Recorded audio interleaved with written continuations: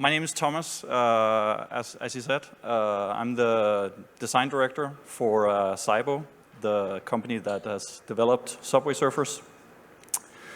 I have been working in the mobile games industry for 14 years, and 9 of those years I've been connected to the game, so I have a fairly long history with the game. I know it very well. I was part of the initial development team of the game. But it's a bit of a complicated history because it's actually 2 companies that made the game, and I've worked for both of them. So I have a bit of a gap in between where I wasn't connected to it.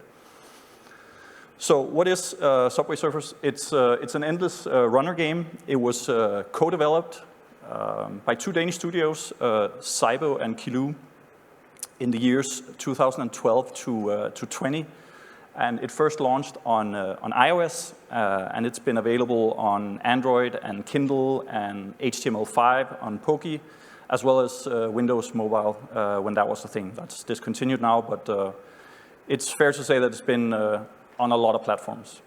And it is really a phenomenon in the App Store. We have now more than 4 billion downloads. We have 20 million average daily players, and on social platforms, we have more than 25 million followers. Actually, I think this number might even be a bit outdated. I think we're probably at 30 now, if you look at TikTok, Snapchat, YouTube, Facebook, all the thing. And for 2024, it was the 3rd most downloaded game. So still going strong after all these years. So what I'm going to do is I'm going to sort of take you a blitz through all these years and look at how this game came to be.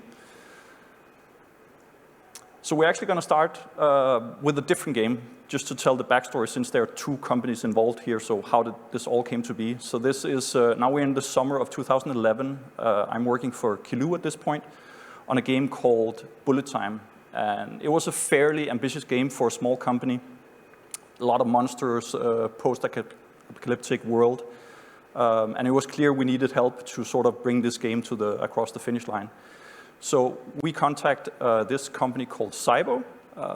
It was a company run by 2 animators coming out of the prestigious animation workshop in Viborg. They've done a lot of great things there for animation. So we knew these were the right guys for us to help this bring the game across the finish line. And they came in and they helped us, and we did manage to launch the game in November 11. So that was a great success for us, and we worked really well with them. And there was this sort of feeling that there was opportunity for more here. Like, we had a good collaboration. There was something that really worked. It felt like 1 + 1 sort of equals 3. So we were playing off each other's strengths and weaknesses, and it felt like something that could yield more. And this sort of brings me to the first talking point of some of the takeaways of developing this game and what sort of resonated with me over the years. And one of them is, collaboration is key. Find someone that you work really well with and see what that can lead to, because that can potentially lead to more growth than you would be able to do on your own. So now it's December 11. The App Store is all about Temple Run at this point. Temple Run is huge. It's pulling in massive numbers of downloads. We're not the only one picking up on this, but there's a lot of companies out there that are seeing a potential opportunity in order to do something with the runner genre.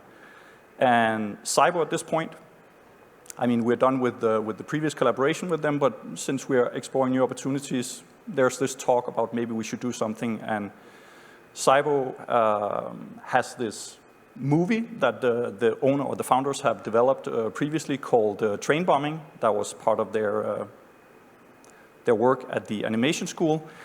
And this sort of becomes the foundation of the game, Train Bombing. That is the theme and the universe which the game runs in, and SYBO starts developing this prototype and reaches out to us at Kiloo and say, hey, you want to get on board on this because we feel this could be great, and then Kiloo can sort of become the publisher. Kiloo at this point was a little bit bigger company than SYBO. SYBO was newer. Kiloo had been in the mobile games business since dumb phones all the way back to the old Nokia phones. So Kiloo had a sort of a longer company history. So that became the foundation of the collaboration.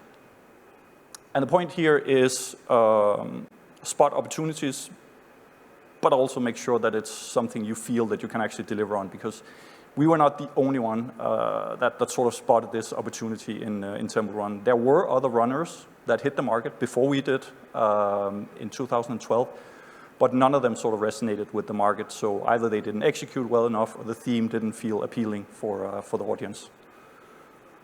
And that leads to the release of the game. The game releases on May 2012, and it releases on iOS, and these are the original screens I put in the phones here of what the game looked like back then. There was a lot of inspiration taken from SYBO. It's a Copenhagen-based company, and the trains are actually very reminiscent of the S trains that are running in Copenhagen, as well as the arches that are running along the side in the original version. It's a station in Copenhagen called Vesterport. So there's a lot of inspiration, like sort of harping back to their culture and where they came from as a company. I also wanted to add a lot of fuck-ups here because we did a lot of fuck-ups in the early days, but unfortunately a lot of the weird videos of what was wrong with the game were sort of lost to the pages of history. You could bounce the guard you were running against out of the screen. You could use multi-touch to open rewards when you should only get one. There was a bunch of things wrong with the game, so that's not to say that we weren't perfect, but we had a core that was really engaging and worked really well. For 13, this is the pivotal year, I would say, for the game already. We needed to find out how are we going to operate this game. And this is where the concept of the World Tour came in. Kiloo, being the publisher, had previously worked on what was seasonal content that worked really well in the App Store, doing Halloween updates or Christmas updates, stuff that resonated really well with the App Stores back then when not many were doing it. But it was sort of clear that we needed a little bit more than this. And then SYBO and Kiloo together came up with this concept called the World Tour. And that was the foundational DNA of the game on how to operate the game and keep the game going forward and keep making momentum. And the premise is really simple, like every 3 weeks we go to a new destination in the world, we introduce a character that sort of has a representation of that part of the world. In this case it's Tony here from New York, as well as a hoverboard that represents the area. So in that way we're sort of representing everywhere we go in the world with the game, and that's been crucial to the game all the way up to this day. So my point here is understand the heartbeat of your game. This is really the pulsing heart that has kept this game going for now almost 13 years with the birthday coming up here in May. Make something that's understandable and predictable and consistent to keep the game fresh and also sort of help re-engage users and reactivate them as you go along.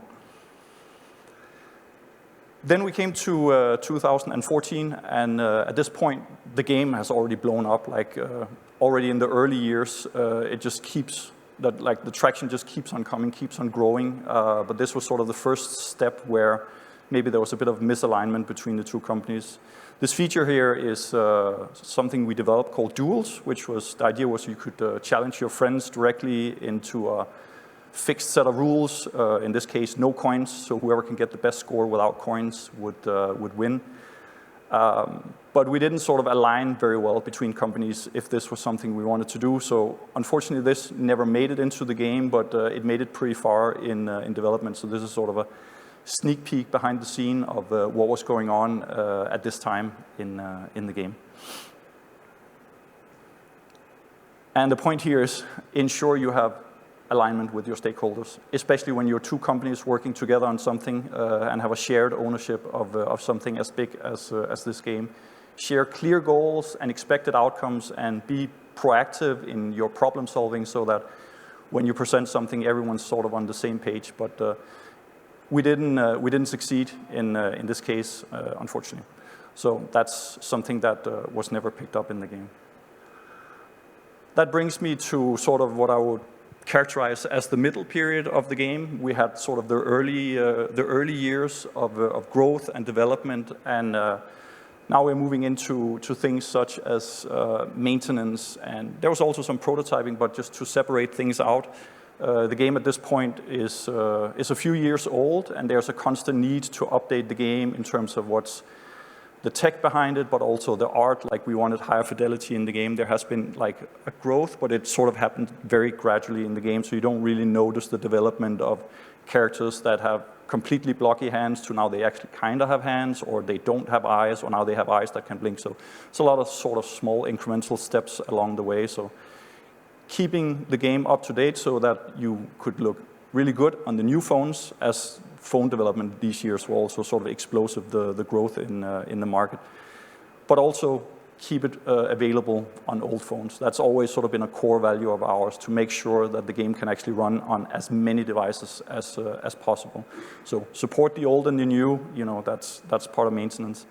Prototyping, this is just a cool example, I think, of an old prototype that unfortunately didn't make it into the game, but it was on top of these roofs we have in the game. It felt a bit empty, and we introduced these skate parks with ramps and girders and half pipes and wall rides, and it was really cool, but it didn't really work well with the core controls of the game, so it never really made it into the game. But I think the point here is that the prototyping is important. I'm gonna talk a little bit about that, but 2 points here. First thing is keep your game healthy. You know, we want to ensure that this game is available to a large audience with a huge range of phones, and I think there's a tendency when you do game development, especially when you do LiveOps over the year, it can get a bit messy, and sometimes you have to do the boring rye bread work of just getting things to work. And it's about setting yourself up for success, really, because I think some of the things that we are trying out these years, we wouldn't have been able to try out if we hadn't sort of refactored some of our code. The prototype I showed before wouldn't even have been possible under the hood, simply. When it comes to prototypes are a great tool, I think. You know, it can really answer a lot of questions for you, whether you're looking for technical answers or gameplay or art integration, but I think there's also such a thing as too much, and I think it's important to know what you're trying to answer with your prototype and time box it and sort of put it into perspective. Also these years, I think most people can probably remember 2016 when Pokémon Go came out. The world sort of exploded with Pokémon Go, and by 2017 it was everywhere. It was sort of the inevitable game, and I think what that meant for us was we were also exploring what would location-based leaderboards or actions look in our game, since this was really, really trending and super popular. So we did a feature at that point called Tag Challenge, which the idea was that wherever you were in the world, you would actually pick up unique tokens based on the location you were in the world, and then you could compete in your own region or your own city, so you could sort of be the king of Warsaw if you were playing there. So trying to get it as local as possible and as relevant to you, the player. But in the end, there was also sort of a thing that maybe felt a bit too ambitious for what we were trying, but at least we were trying to put the game in the context of what the market was doing and just trying to look at that. But I think we had some privacy concerns as we sort of zoomed into the world and got really, really close to where you were as a player and also had your sort of real world ID. So it didn't feel right for us, but at least we explored it, you can say on paper, what that would mean for us. We also expanded the IP. We did a YouTube series with the main characters of the game, expanding them, getting to know them a little bit deeper, as well as exploring Snapchat. Snapchat also burst onto the scene in 19, and there was a lot of talk about, was this going to be the next platform? How was this going to integrate into games? And Subway Surfers did Subway Surfers Airtime, which was launched there. Unfortunately, Snapchat did not follow through with games, so it never sort of became a platform, but I think it's always good to sort of explore the opportunities out there and see if this is something that can lead to anything new. So the point here is follow the market, stay up to date with trends and best practices, and understand what they mean for you and where this could potentially take you, and learn from the failures and successes of your competitors. Then we sort of come to the transitional point. All up till here, the game has been run by SYBO and Kiloo combined. And this is the year where the original contract that was signed on the game expired. And we have two companies here that have undergone massive growth through working on this game. And SYBO wants to self-publish the game at this point, so they want to take full ownership of the game and publish the game.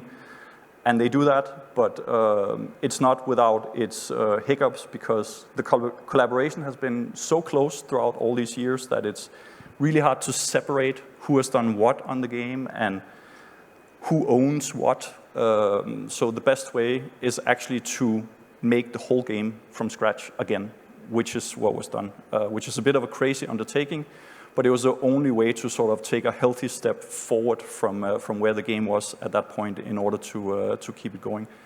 That created a bit of a pain point for players, because obviously trying to recreate 8 years of work just from one day to another is really, really difficult. And it was also something I think that put extra pressure on the collaboration, but at the same time also highlighted how good the collaboration had been between SYBO and Kiloo, because there was an extraordinary amount of patience and collaboration in making this as pain-free as possible for the players. But this is also where my first journey with the game disconnects, you can say. So up until 19, I'm working with the game as well as a lot of other games at Kiloo. But then I don't join SYBO until 2024, so a bunch of years goes by where I'm not directly connected to the game.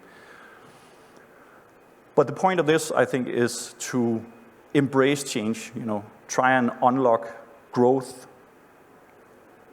to be competitive. There was clearly an opportunity here for SYBO to take it to the next level, and I think no matter what the change is, there's always going to be change, whether it's the App Store that changes, whether the market changes, whether the trends changes, whether technology changes. But you sort of have to embrace it. I think if you shy away from it, it's going to come back and bite you.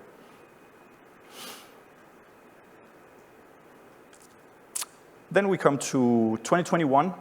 At this point, the game, due to the reconstruction of the code, is suffering a little bit still, and really want to reach out to the players and make sure that everything is okay. And one of the things that are done is we create this competition called Craft a Character, where the players can submit characters that can then be realized inside the game. And it's been really, really popular, and the community really likes it, and it's an opportunity to sort of immortalize their own design inside the game that now has, we're going towards 500 characters at this point. I think 430-ish is where we're at the moment, with a 3-week update cycle where there's always new characters coming in and being unlocked. So a really nice opportunity, and something that the players really respond really well to, and also something where some of the designs provided by players are actually doing really well and becoming popular. So also demonstrating that the players are good at recognizing what's actually popular inside the game.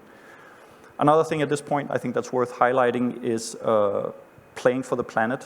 It's an initiative that started by SYBO and a couple of other game companies. It actually started in 19, but I'm going to talk about what it sort of led to inside the game in 21. But it was at the UN General Assembly, and the whole point of Playing for the Planet, if you're not familiar with it, it's an alliance that works to try and reduce carbon footprint and make green game jam activations that can then sort of inspire action in players. And today, members of this alliance, Playing for the Planet, includes companies such as Supercell and Rovio, Ubisoft, Xbox, PlayStation. So a lot of big companies are doing this. And the initiative in Subway Surfers at the time was what we call Play to Plant, which was done together with ecology and players.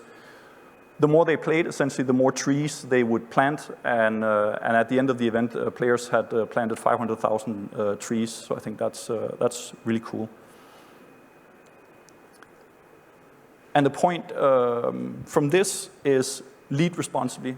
At SYBO, there's a huge belief in that we can inspire the world to do positive change and put topics such as sustainability and diversity sort of on the top of mind of our players, and also have it be something that we celebrate anyways inside the game with the World Tour. We are sort of going around the world, and we are celebrating diversity, and it is something that's very core to our core values. And we think with playful events, we can put it as something that the players can then take action on in the real world. 2022 becomes the biggest year ever for Subway Surfers. This is really peak performance, and it's sort of weird to say that for a game that's always had many players, but this year was exceptional. And what happened was the marketing team was engaging in a lot of different trends on specifically TikTok and Instagram, and there was this trend of creating challenges, self-imposed challenges by the community. And one of the ones that really sort of got big within the community was actually this idea of playing the game without picking up any coins. And the marketing team really like sort of played into that and created their own content, and it sort of just spiraled out of control and really became this virality that just pretty much doubled the player numbers. So all of 22, the game has massive numbers, and it's all based on virality from marketing material. Started by the players, but definitely also engaged by the marketing team. And I think it's a little bit funny that what the players choose to do is kind of what we tried to do almost a decade earlier. They sort of created a challenge of not picking up coins, so it just kind of shows that maybe we were onto something when we did that in the early days.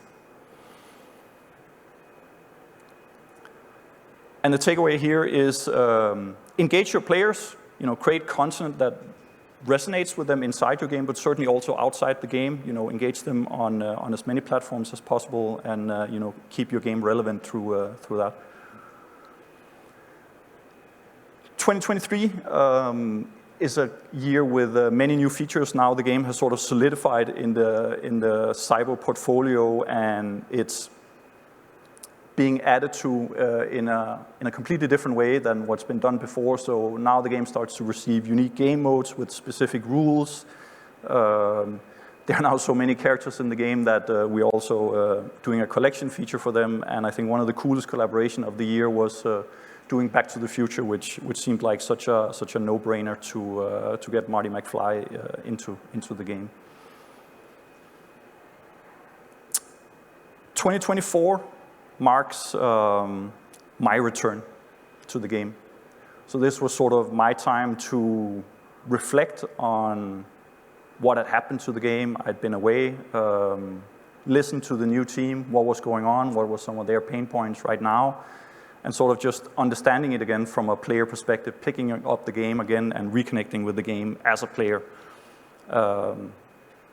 And I think, on the surface, when you just look at it from a main screen UI perspective, maybe not a lot has changed, but I think under the hood, a lot has changed when the whole code base is different, the team is different, the leadership is different. So a lot of things have changed, but the game is sort of still going strong and still powering through all these years. So what's next for the game? We have a lot of really cool collaborations lined up for the game, and I think it's fair to say that some of the plans and roadmap I helped shape in this last year for the game is really going to start come to fruition near the end of this year. And we have probably more changes for the game coming out this year than we've had for the last 3-4 years in the game. But we sort of keep coming back to the focus of, keep it casual, make sure that we bring our players along for them to enjoy it. That's sort of the heart of it. That has to be what drives this for us. But a lot of really cool things, and we're touching systems that haven't been touched in the game in many years, and sort of bringing them up to date, sort of doing a more holistic view on the game. I've gathered some of the key takeaways throughout the talk, because I think a lot of these can be relevant not just for this game, but I think for any game that's trying to live operate in the App Store for a decade. I think these are sort of advices that would also ring true if you were to look at these another 10 years from now and say, are we doing this? Is this part of our core DNA? Are we actually following through on these things? So, ensure that you have a good collaboration. It doesn't have to be with another company. Of course, it can be with your partners, but it can certainly also be internally inside your corporation, between departments. I think, for me, collaboration is the ultimate building stone for good games. I think the best games I've seen developed are often where the collaboration between everyone involved is actually really, really, really good. Understanding the heartbeat of your game, keep it relevant, whether that's through social media or other platforms, to have a presence and keep it relevant. And, you know, keep your game healthy. It's a marathon, not a sprint when you are this long in the App Store. So have to be aware that that whatever you do now, the quick dirty fix you do now, that's probably going to come back and bite you down the road. It's just a matter of when that time comes. Follow the market and learn from it. We did not execute on everything that but we certainly looked at the market and considered whether this was an opportunity for us or not. And embrace change. I think change is inevitable, whether it's technology, like I said, or market, rules, conditions, everything changes. So be sure to embrace change. Don't be resistant towards it. And then engage with your players, both in your game and also outside the game. I think many of these pieces of advice can maybe seem a bit basic, but I think if you do an honest reflection yourself and say, you know, what are my weak points? Where should I probably be doing better, or our company? Then I think there's an opportunity to unlock that maybe your game can be a game that gets to operate for a decade in the App Store. At least I hope so. And then we can see each other here another time in 10 years from now when your game has been running for 10 years in the App Store. Yeah, thank you.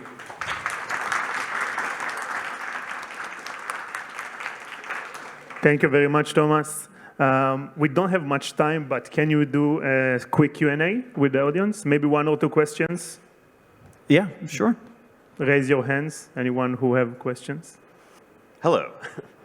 I'm curious about the duels, I think is what it was called, the feature that didn't make it in. I'm just curious if it's was it like design difference or playtesting feedback? And no, it was, like I said, it was stakeholder alignment. There was not an agreement on what the impact would be in the game. And so it was a higher up decision to say, we don't align on what the impact is going to be. And there was maybe not a willingness to take a risk on that because the game was very big. So that was totally a stakeholder thing. And that's also why I said, you know, if you go through the pain of developing it, ensure that you have your stakeholders on board, because you don't want to do it than just to drop it because... Right, okay. I was just curious if there was like a specific design pro or con, and it was just a risk management. It was simply a risk management thing, but I think today we would probably do it. Back then there was a resistance between game modes, right? And given the track record that it then proved from the players themselves, I think this is something that could be a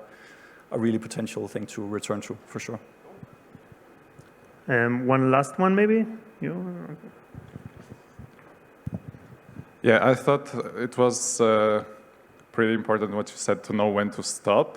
Could you expand on like how do you gauge that maybe? What are some tools for you to use?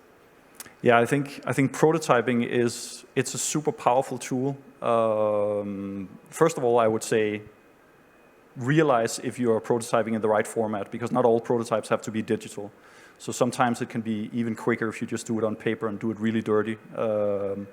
But I think always know what answer you're striving to get out of it. If it's not unclear to you what you're trying to answer, then I think you're probably in a place where you are at risk of spending a lot of time without necessarily gaining traction. So I think always be aware, always reflect at a prototype. I don't think there's such a thing as a failed prototype. As long as you get a learning out of it, I think you're good. But know what that learning is, and also realize, you know, that everything should probably be time-boxed. So as long as there's sort of a cost-benefit analysis of how much time am I spending on this, and what am I gaining, what am I learning out of it.